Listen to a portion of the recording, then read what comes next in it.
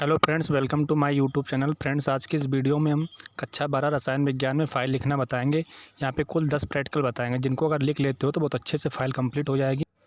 जो 10 प्रैक्टिकल इस फाइल में लिखे हैं उनमें से 5 अकार्बनिक रसायन के, जिनमें से अम्लीय मूलक और क्षारीय मूलक के परीक्षण के बारे में बताया गया है।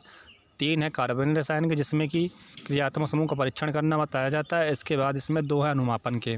अगर ये सभी लिख लेते हो तो एक अच्छी फ़ाइल कंप्लीट हो जाएगी।